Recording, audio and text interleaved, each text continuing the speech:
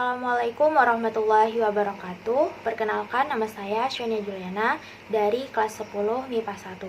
Sebelumnya yang saya hormati Bapak Arsyidin Akmal Domo MPD, dan saya ucapkan terima kasih karena telah memberikan kesempatan bagi saya untuk menjelaskan materi ini.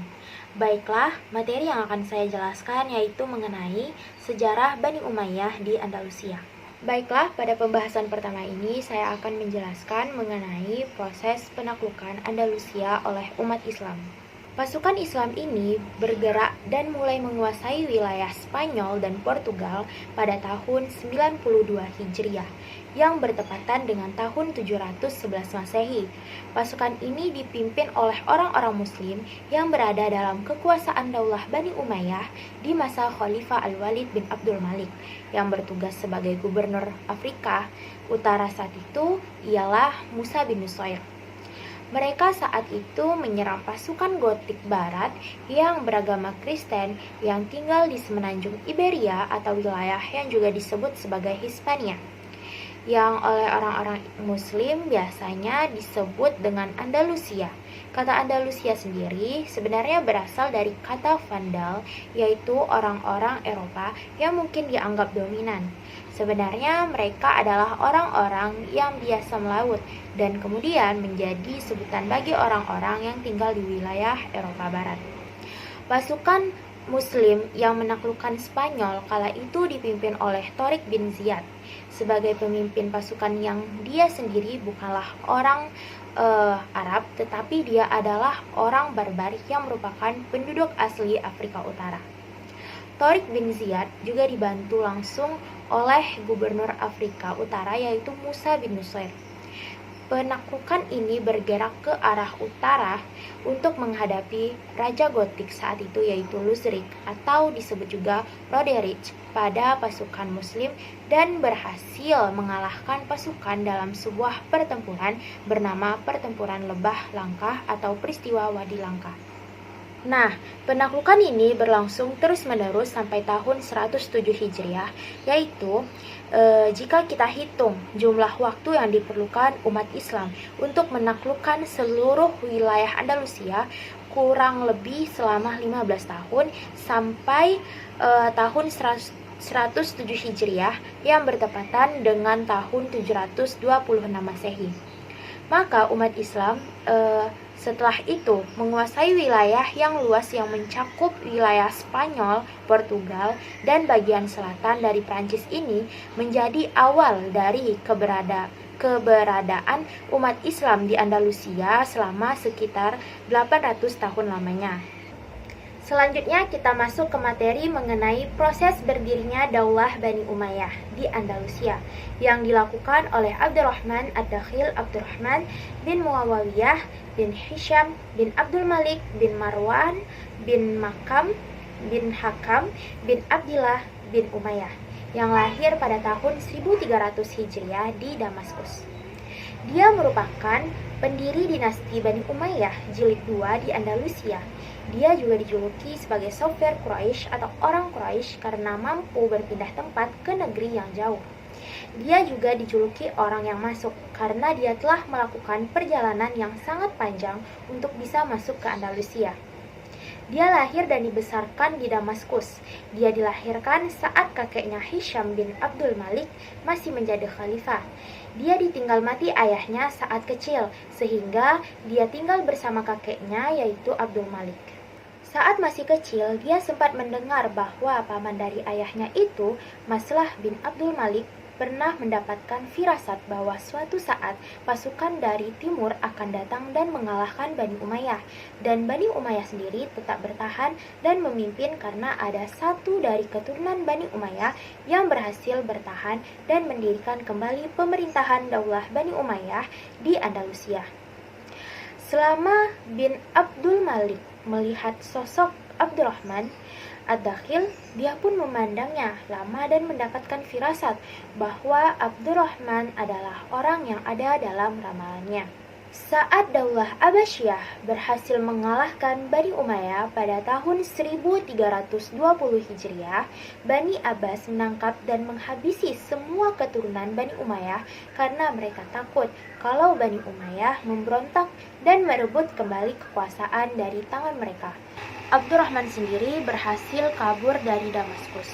Beliau lari ke Irak. Dia sempat hampir tertangkap. Dia bahkan terpaksa berenang melintasi sungai Efrat yang besar demi melarikan diri dari kejaran pasukan Bani Abbas. Selanjutnya, Abdurrahman berpindah-pindah dari satu tempat ke tempat yang lain, dan akhirnya dia memutuskan untuk hijrah ke Maroko. Abdurrahman akhirnya berhasil sampai di Maghrib, wilayah Maroko. Dia ditemani oleh beberapa pengikutnya. Saat Abdurrahman Ad-Dakhil tiba di Andalusia, dia didatangi oleh Abu Usman dan Abdullah bin Walid. Keduanya memberikan dukungan dan perlindungan kepada Abdurrahman. Mereka pun kemudian berkumpul di benteng Tours, yang merupakan kediaman dari Abu Usman.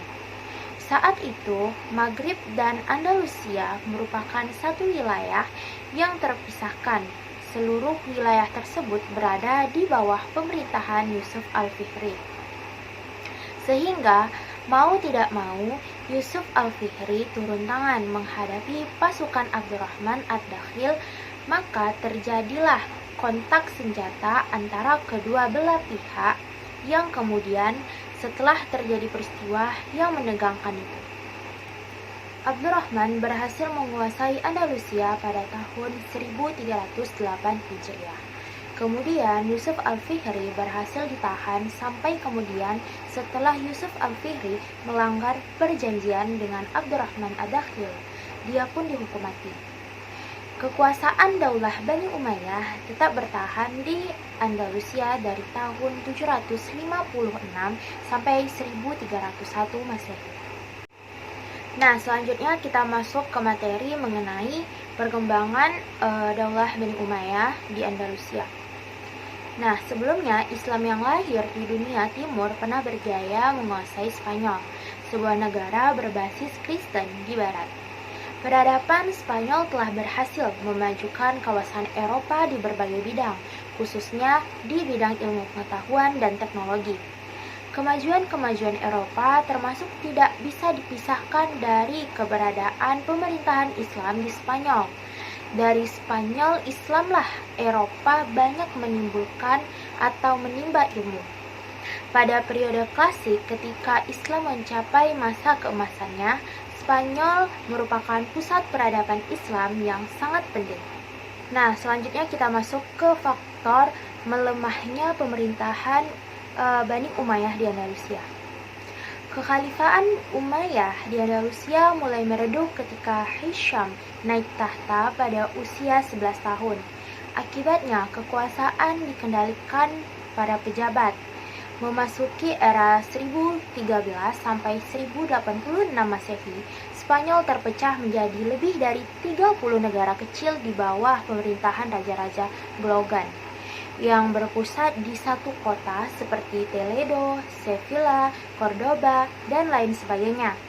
Menurut sejarawan Islam, Profesor Badri Yatim, kekhalifahan Umayyah di Andalusia hancur karena berbagai faktor. Yang pertama, konflik Islam dengan Kristen. Yang kedua, tak adanya ideologi pemersatu. Yang ketiga, kesulitan ekonomi. Yang keempat, tak jelasnya sistem peralihan kekuasaan. Akibatnya terjadi perebutan kekuasaan di antara ahli waris. Yang kelima, menurut Profesor Badri Yatim, peradaban Islam di Spanyol sulit untuk meminta bantuan dari kekuasaan Islam di tempat lain kecuali Afrika Utara.